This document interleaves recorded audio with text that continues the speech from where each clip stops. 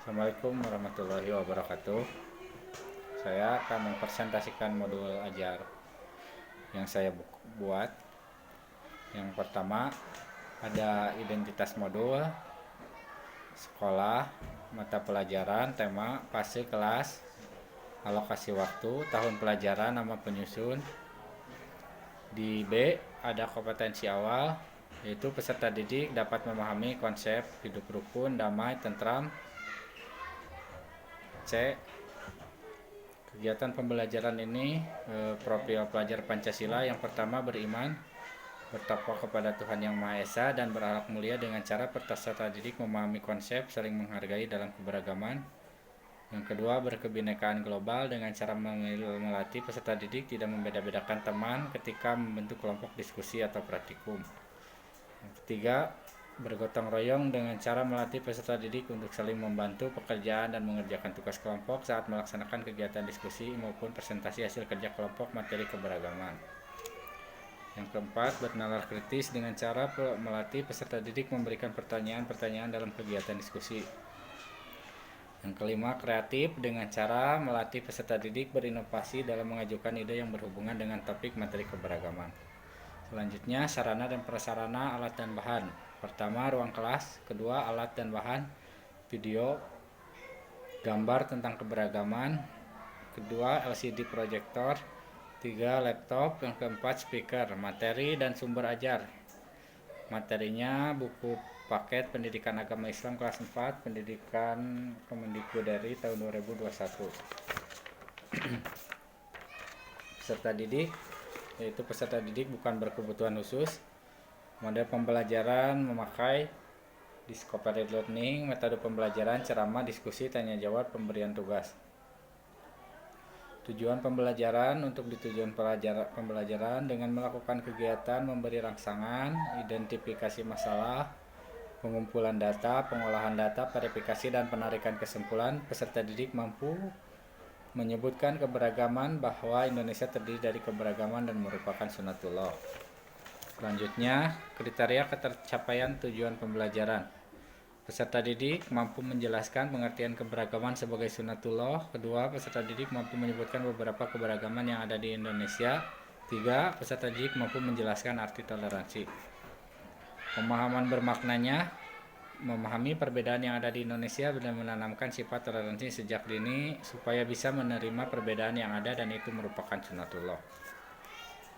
Pertanyaan pemantik. Anak-anak, pernahkah kalian bertemu dengan beberapa orang dari berbagai suku dan bangsa lain? Di mana kalian bertemu dengan mereka? Apa yang kalian lakukan jika bertemu mereka? Selanjutnya, persiapan pembelajaran. Guru menyiapkan kebutuhan pembelajaran seperti media ajar, menyiapkan lembar kerja peserta didik, dan lain sebagainya. Guru mengingatkan peserta didik untuk mempersiapkan buku teks, laptop, atau bahan yang dibutuhkan. Kegiatan pembelajaran. Yang pertama, kegiatan pendahuluan. Guru memberi salam, menyapa peserta didik. Kedua, salah satu peserta didik memimpin pembacaan doa, dilanjutkan dengan membaca surat-surat pendek, surat-surat Al-Fatihah dengan artinya, dan membaca Asmaul Husna. Yang ketiga, guru memberi motivasi kepada peserta didik untuk menambah konsentrasi peserta didik. Yang kelima, guru mengadakan tes kemampuan awal melalui pertanyaan awal. Yang keenam, guru menyampaikan tujuan pembelajaran. Di kegiatan inti, guru memberikan pertanyaan pemantik atau stimulation. Yang kedua, guru memberikan arahan diskusi terkait materi keberagaman sebagai sunatullah dalam buku peserta didik. Tiga, peserta didik membentuk 5 kelompok sesuai dengan kondisi peserta didik. Keempat, peserta didik mengamati gambar yang ada di buku paket dan LKPD yang telah guru siapkan. Kelima, guru menyampaikan tugas kelompok, yaitu mencari jenis keberagaman yang ada di Indonesia. Selanjutnya, keenam, setiap kelompok mendapat tugas untuk mencari informasi mengenai keberagaman penduduk Indonesia seperti keberagaman dari segi etnis kelompok, dari segi agama, dari segi budaya, dari segi kuliner. 7. Peserta didik membaca buku paket materi tentang indahnya saling menghargai dalam keberagaman. Ke-8, setiap kelompok diminta untuk mempresentasikan ke depan dan peserta didik yang lain diberikan kesempatan untuk menyampaikan pendapat serta bertanya. 9. Peserta didik menyimak materi video pembelajaran indahnya saling menghargai dalam keberagaman yang merupakan materi jawaban dari tahapan pembelajaran dan menyamakan dengan temuan peserta didik. Guru memberikan penguatan materi tentang keberagaman Indonesia. Selanjutnya, peserta didik mengerjakan LKPD. Untuk kegiatan penutup, peserta didik bersama guru melakukan refleksi atas pembelajaran yang telah berlangsung dengan memberikan pertanyaan apa yang telah dipelajari hari ini. Kedua, siswa dan guru menyimpulkan hasil belajar hari ini. 3. Peserta didik menulis tentang poin-poin penting yang muncul dalam kegiatan pembelajaran yang telah dilakukan. Keempat, mengagendakan materi yang harus dipelajari pada pertemuan berikutnya. 5. Guru menutup kegiatan pembelajaran menyanyikan lagu Indonesia Raya, dilanjutkan dengan doa dan mengucapkan salam.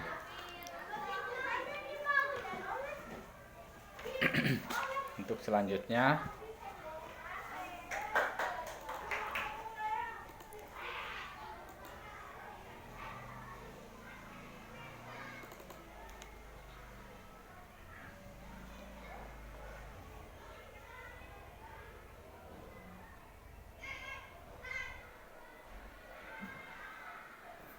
pertanyaan pemantik, yaitu pertanyaan di awal pelajaran, kepentingannya untuk memotivasi siswa dengan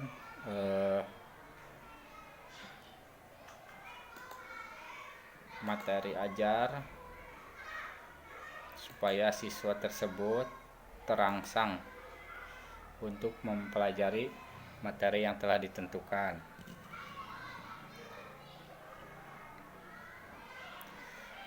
Yang tadi soal-soal pemantik sudah dijelaskan. Bagaimana? Apakah kalian pernah bertemu dengan orang yang berbeda agama? Di mana kalian bertemu dengan orang tersebut? Apa yang kalian lakukan ketika bertemu dengan berbagai keberagaman? Untuk selanjutnya, teori pembelajaran. Di dalam teori pembelajaran ada 4 teori pembelajaran. Yang pertama, teori behaviorisme, yaitu teori berfokus pada observasi perilaku yang diamati peserta didik.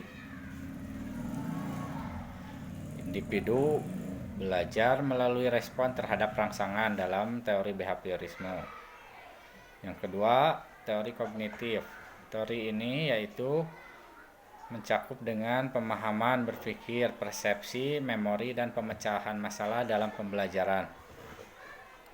Yang ketiga, teori konstruktivisme, yaitu teori mengemukakan bahwa pembelajaran adalah hasil dari konstruksi pengetahuan dan berdasarkan pengalaman dan pengetahuan sebelumnya. Teori konstruktivisme menekankan peserta didik aktif dalam pembelajaran dan menekankan pada pemecahan masalah. Peserta didik dituntut untuk membangun pengetahuannya sendiri. Yang terakhir, teori humanistik. Teori ini menyoroti potensi individu untuk pertumbuhan dan pengembangan diri. Salah satu teori humanistik yang terkenal adalah teori belajar Maslow dengan hierarki kebutuhan.